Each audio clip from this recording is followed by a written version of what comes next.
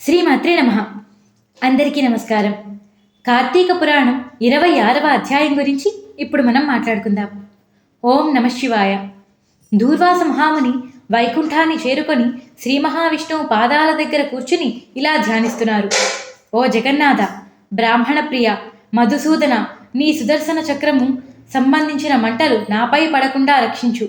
శ్రీ మహావిష్ణువు కోటి సూర్యుల కాంతితో సమానమైన ఈ సుదర్శన చక్రం నన్ను చంపడానికి వస్తోంది. దయచేసి దానిని నివారించండి. నీ భక్తుడైన అంబరీషునకు అన్యాయముగా నేను శాపం ఇచ్చాను. దానికి నాకీ శిక్ష తగినదే. అయినా దయచేసి నన్ను రక్షించు దేవా. శ్రీహరి, నీ హృదయము మీద బ్రాహ్మణుని పాదపు అచ్చుముద్రలు లేవా? భృగు మహర్షి తన పాదముతో నీ వక్షస్థలాన్ని తన్నాడు కదా. అయినా నీవు అతన్ని క్షమించి విడిచిపెట్టావు. అలాగే నన్ను కూడా ఈ పాపము నుండి విముక్తి కలిగించు. ఓ శ్రీహరి, నన్ను రక్షించు అని దూర్వాస మహాముని సాష్టాంగ నమస్కారం చేసి శ్రీహరిని ప్రార్థిస్తున్నారు. నన్ను రక్షించు అని అనేక విధాలుగా శ్రీహరిని ప్రార్థిస్తూ పలుకుతున్నారు. అంత శ్రీహరి చిరునవ్వు నవ్వి ఇలా అంటున్నారు. ఓ దూర్వాస, బ్రాహ్మణులు నాకు దేవతలతో సమానము అన్న మాట పూర్తిగా వాస్తవమే. పైగా మీ వంటి వారు దేవతా స్వరూపులు. నీవు సాక్షాత్తు శంకర రూపుడవు. నేను కావాలని ఏ బ్రాహ్మణునికి కూడా అపకారం చేయను. ఆ సంగతి నీకు కూడా తెలిసినదే. దేవతలకు, బ్రాహ్మణులకు, మంచి మనుషులకు, గోవులకు వీటన్నిటికీ సదా సుఖాన్ని ఇవ్వడం కోసము నేను భూమి మీద అవతారం చెందుతూనే ఉంటాను. ఓ దూర్వాస, నీవు అంబరీషునకు అకారణంగా శాపము ఇచ్చావు. అంబరీషుడు తెలిసి కానీ తెలియక కానీ తన శత్రువుకి కూడా ఎన్నడూ అపకారం చేయడు.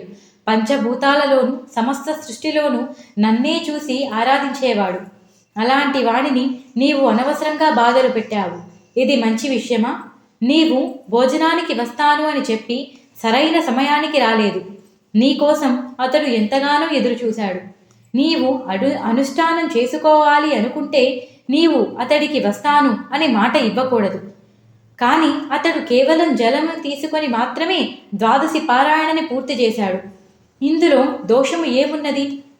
అతడు ద్వాదశి పారాయణ పూర్తి చేయకపోతే హరిభక్తిలో లోపం వస్తుందన్న భయముతో మాత్రమే కేవలం నీటిని ఆహారంగా తీసుకున్నాడు.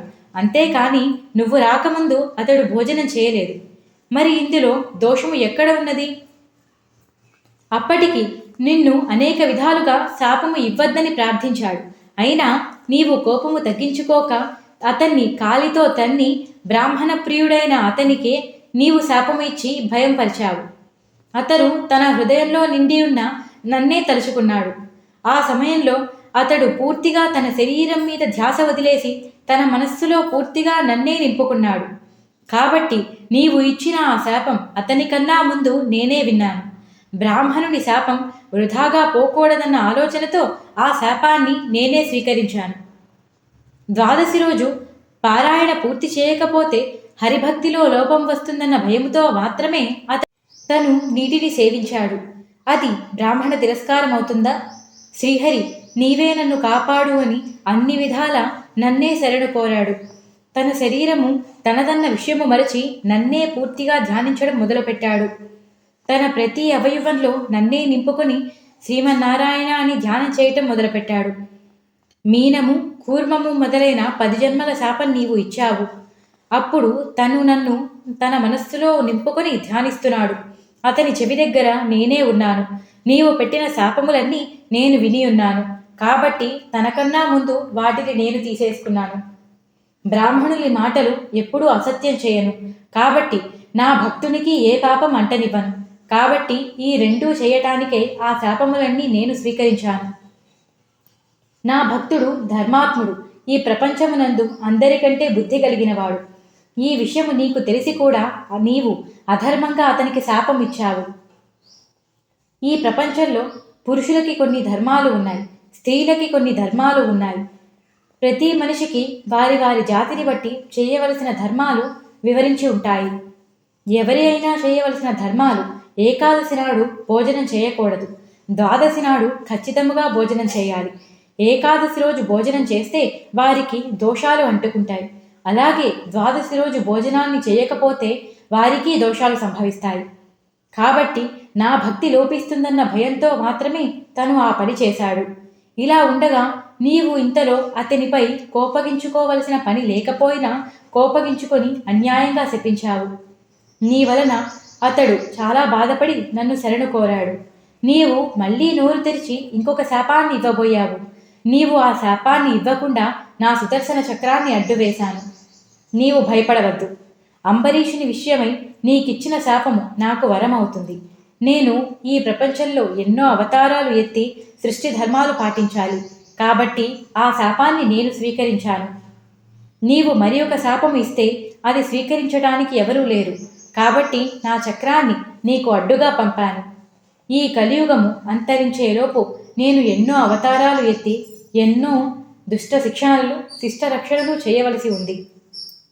ఈ ప్రపంచాన్ని రక్షించటానికి శంఖచూడుని చేతిలో పడి సంహరించిపోతున్న మనువుని రక్షించడానికి నేను చేపగా మారతాను. దేవతలు రాక్షసులు అందరూ పాల సముద్రాన్ని చిలికేటప్పుడు ఆ మంథర పర్వతాన్ని నా వీపుపైన ధరించే తాబేలుగా మారతాను. హిరణ్యాక్షుణ్ణి చంపడానికి భూమిని రక్షించడానికి పంది శరీరంతో కూడిన వరాహంగా మారతాను. హిరణ్యకశపుణ్ణి చంపడానికి మనిషి శరీరంతో సింహం మొహంతో నరసింహస్వామిగా అవతరిస్తాను. ఈ లోకాన్ని రక్షించి ఇంద్రునకు పోయిన స్వర్గాన్ని తిరిగి ఇవ్వటానికి వామనుడి అవతారంలో జన్మిస్తాను. క్షత్రియ నాశనం చేయటానికి దుష్టబుద్ధి కలిగిన రాజులందరినీ సంహరించటానికి పరశురాముడి అవతారంలో జన్మిస్తాను. రావణుని సంహారానికి రాముడిగా జన్మిస్తాను. యాదవ వంశంలో పుట్టి ఆత్మజ్ఞానం కలిగి ఉన్న రాజ్యము పరిపాలించకుండా శ్రీకృష్ణుడిలా జన్మిస్తాను.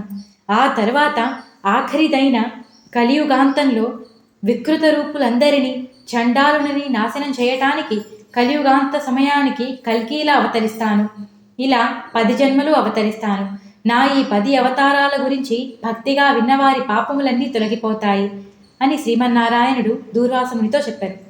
ఇక్కడితో కార్తీక పురాణం 26వ అధ్యాయం సంపూర్ణం. 27వ అధ్యాయంతో మళ్ళీ కలుసుకుందాం. నేను చెప్పిన తీరు మీకు నచ్చినట్టయితే తప్పకుండా వీడియోకి ఒక లైక్ చేయండి. కొత్తగా చూస్తున్న వారైతే మన ఛానల్ని సబ్స్క్రైబ్ చేసుకోండి. పక్కనే ఉన్న బెల్ సింబల్ని ఆన్ చేసుకోవడం మర్చిపోకండి.